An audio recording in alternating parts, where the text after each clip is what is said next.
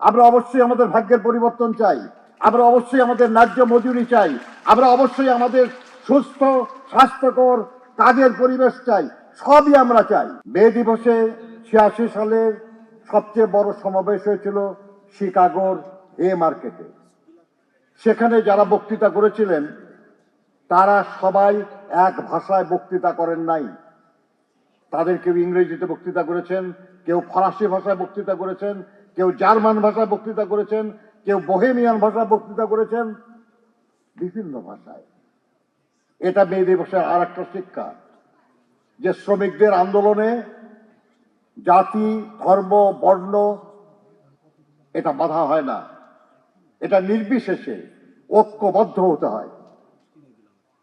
আমাদের শ্রমিক আন্দোলনের পূর্বপুরুষরা ঐক্যবদ্ধ হতে পেরেছিলেন বলেই তারা মে দিবসের জন্ম দিতে পেরেছিলেন। আমরা জেলায় জেলায় বিভক্ত হই, আমরা বিভাগে বিভাগে বিভক্ত হই, আমরা কারখানায় বিভক্ত হই, এটা মে দিবসের শিক্ষার বিরুদ্ধে। কি বুঝলেন ভাই? অনলি যেটাই চাই। দুনিয়ার মজদুর একও বলি, মে দিবস অমর হোক বলি, কিন্তু আমরা মে দিবসের চেতনায় ঐক্যবদ্ধ হতে পারি না। বন্ধুরা আমার, মে দিবসের আন্দোলনকে সফল করার জন্য সেই নেতৃবৃন্দ তারা গান গেয়ে মিছিল করেছেন। যে কারখানায়, জুতা কারখানায় 8 ঘন্টার দাবি মানা হয়েছে, শ্রমিকরা ওই কারখানার জুতা পরতো, বলতো এটা হলো 8 ঘন্টা জুতা। যে চুরুট কারখানার শ্রমিকরা মালিক 8 ঘন্টা দাবি মেনেছে, শ্রমিকরা ওই কারখানার চুরুট ছাড়া আর কিছু কিনতো না, বলতো এটা 8 ঘন্টা চুরুট। অর্থাৎ দাবিকে জনপ্রিয় করার জন্য ক্রমাগত চেষ্টা করে যেতে হয়, হঠাৎ করে হয় না। মনে রাখতে হবে শ্রমিক আন্দোলনের নেতা কর্মীদের। বন্ধুরা আমার, এইভাবে আমরা অনেকেই বলি মে দিবসে অনেক আমাদের শ্রমিক শহীদ হয়েছে। 1 মে কোনো শ্রমিক শহীদ হয় নাই।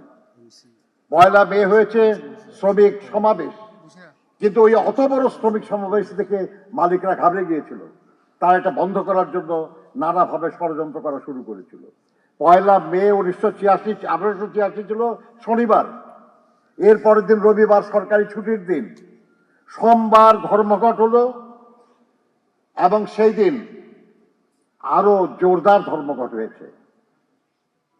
সেই দিন ম্যাককর্মিক একটা কারখানা, এটা ধান মারাইয়ের কারখানা, সেই কারখানায় শ্রমিকদের একটা অনুষ্ঠানে গুলি করে 4 জন শ্রমিককে হত্যা করা হয়।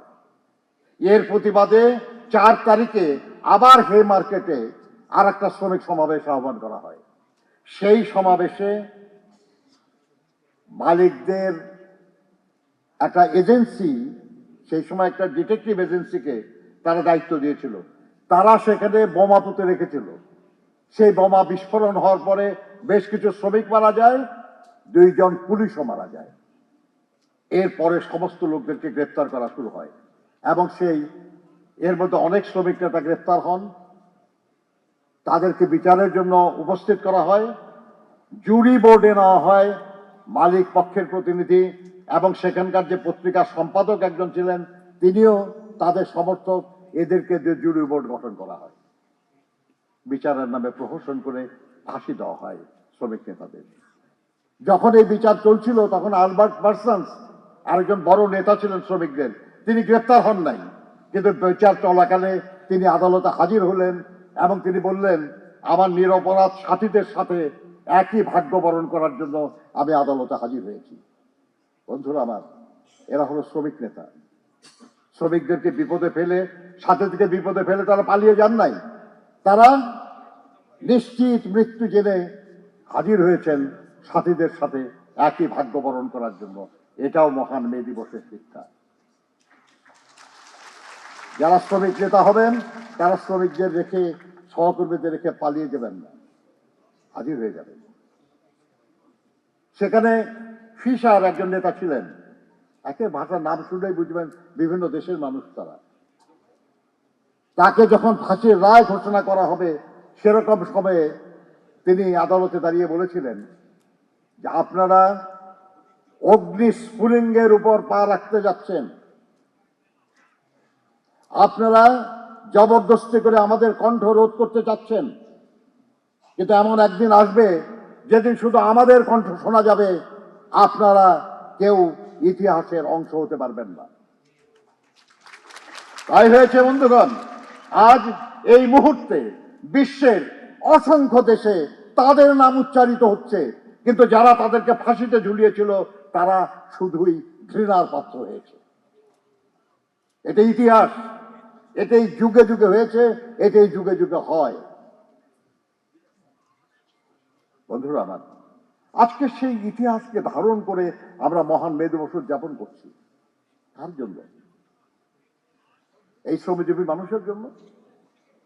আর সেই শ্রমজীবী মানুষের কল্যাণের জন্য সারা জীবন কি শুধু আমরা মিছিল করব, মিটিং করব, লড়াই করব, ফ্যাসাদ করব, জীবন দেব? সারা জীবনই তাই করব? রক্ত দিয়ে স্বাধীন বাংলাদেশেও কি আমরা তাই করব? না বন্ধুগণ, আমরা অবশ্যই আমাদের কল্যাণ চাই, আমরা অবশ্যই আমাদের ভাগ্যের পরিবর্তন চাই, আমরা অবশ্যই আমাদের ন্যায্য মজুরি চাই, আমরা অবশ্যই আমাদের সুস্থ স্বাস্থ্যকর কাজের পরিবেশ চাই, সবই আমরা চাই। কিন্তু তা আমাদের আদায় করতে হবে একটা গঠনমূলক প্রক্রিয়ায়। কারণ এই দেশটা আমাদের, আমরা রক্ত দিয়ে দেশটাকে স্বাধীন করেছি। আমাদেরকে বিভ্রান্ত করে যেন এই দেশের স্বাধীনতা বা সার্বভৌমত্বের বিরুদ্ধে কেউ কোনো পরিস্থিতি সৃষ্টি করতে না পারে, আমাদের খেয়াল রাখতে হবে। আমি সরকারের সঙ্গে আছি, আমি একটা দল করি, সেই দল এখন রাষ্ট্র পরিচালনার দায়িত্বে আছে, কিন্তু আমি বেসিক্যালি আমি তো শ্রমিক, আমি শ্রমিক আন্দোলনের একজন কর্মী।